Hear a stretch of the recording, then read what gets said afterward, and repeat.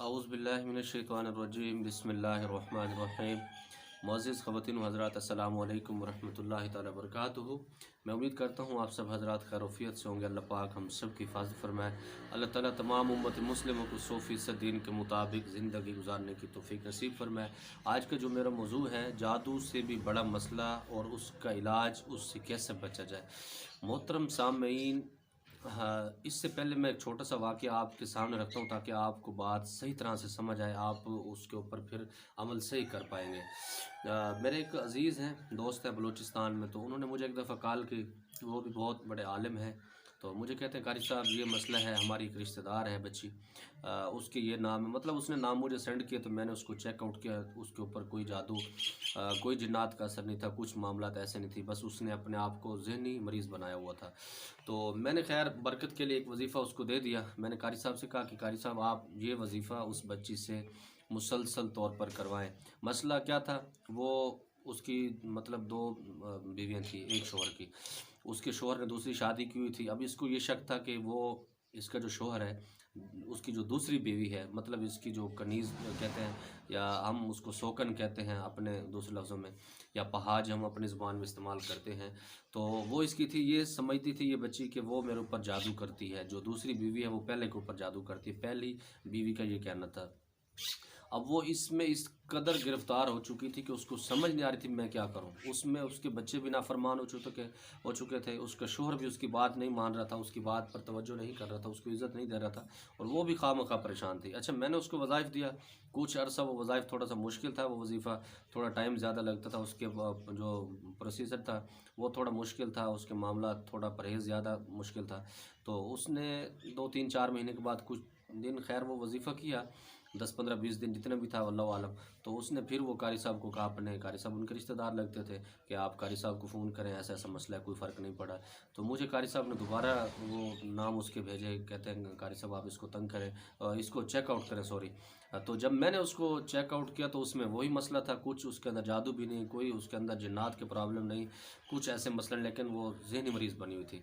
तो कारी साहब ने मुझे फिर फ़ोन किया, कहते हैं कारी साहब आप मुझे सही सी बात बताएं, मसला क्या है। मैंने कहा जी कारी साहब गुजारिश ये है कि इस बच्ची के ऊपर, इस बहन के ऊपर ना जादू है, ना जिन्नात हैं, ना ही कोई ऐसा मसला है, इसने अपने ऊपर खुद जादू किया हुआ है। तो वो कारी साहब बड़े हैरान हुए, कहते हैं कारी साहब ये कैसे अपने ऊपर जादू हो सकता है। तो मैंने कारी साहब से कहा, मैंने कहा कारी साहब अपने ऊपर जादू ऐसे हो जाता है, इस बच्ची ने ख्वाब मख्वाह ये सोच सोच कर, ये जहन में बिठा बिठा कर अपने ऊपर खुद जादू को सवार कर लिया है। वो कैसे सवार कर लिया, मिसाल के तौर पर मैं बैठा हूँ, मैं किसी जगह पर बैठता हूँ, कोई आदमी गुजरता है तो मुझे सलाम करता है, बड़े गौर से देखता है। अब मुझे ये पता नहीं कि वो मोहब्बत से मुझे गौर से देख रहा है, या उसने मुझे पहली दफ़ा देखा है तो तब इस तरह से देख रहा है। तो अच्छा, मैं क्या समझता हूँ, इस आदमी ने गौर से देखा तो ये मेरे ऊपर जादू कर सकता है। तो होता इस तरह ही है मोहतरम सामीन। मिसाल के तौर पर अगर आपके घर में आपसे किसी की नहीं बनती, आपके चाचा के ज़ाद हैं या जो भी रिश्तेदार वगैरह हैं, तो वो आपको ऐसे गौर से देखते हैं। वो गौर से बाज़-औक़ात इस वजह से भी देख रहे होते हैं कि आपने अच्छे कपड़े पहने हुए हैं, तो वो उनको प्यारे लग रहे होते हैं, या खामख़ा एक हसद भी समझ लो।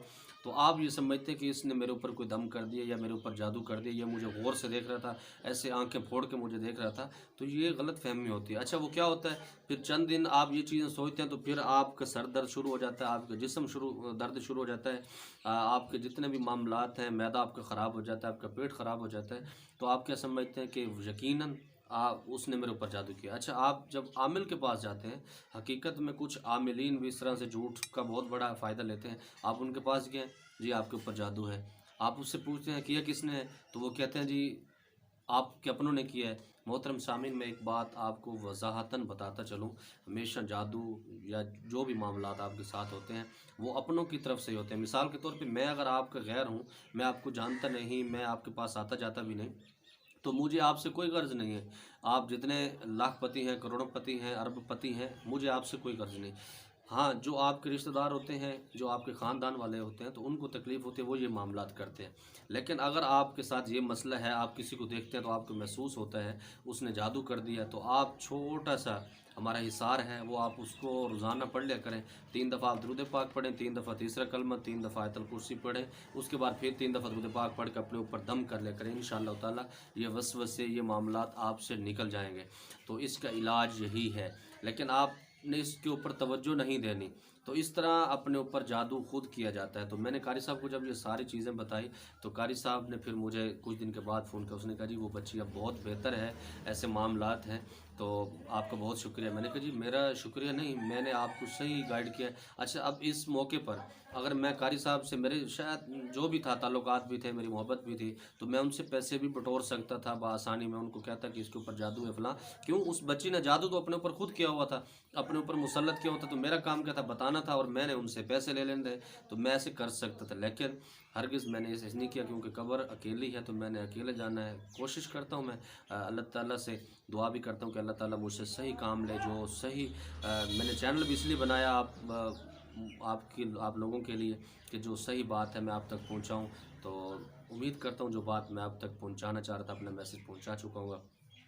अल्लाह पाक हम सब की हिफाज़त फरमाए। अल्लाह ताला तमाम उम्मत मुस्लिमों को 100% दीन के मुताबिक ज़िंदगी गुजारने की तौफ़ीक नसीब फरमाए। अस्सलामु अलैकुम वरहमतुल्लाहि वबरकातुहू।